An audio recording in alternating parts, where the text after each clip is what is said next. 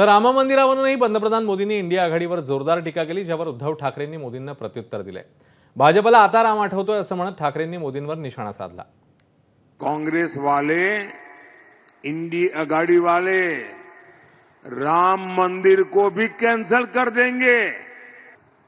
शहजादे ने कहा था कि कांग्रेस सरकार आएगी तो राम मंदिर पर सुप्रीम कोर्ट का फैसला पलट देंगे। यही नेता पहले भगवान राम की पूजा को पाखंड बता चुके हैं।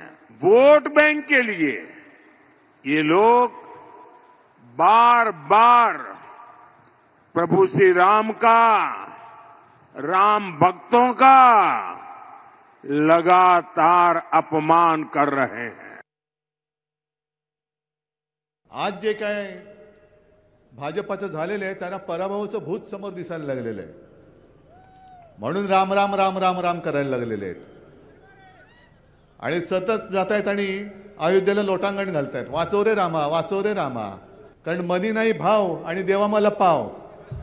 राम मंदिरामध्ये, त्याच्या उभारणीमध्ये, त्या सगळ्या लढ्यामध्ये शिवसेनेचं काय योगदान आहे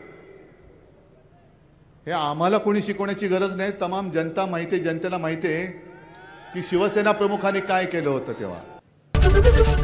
एबीपी माझा, उघडा डोळे बघा नीट।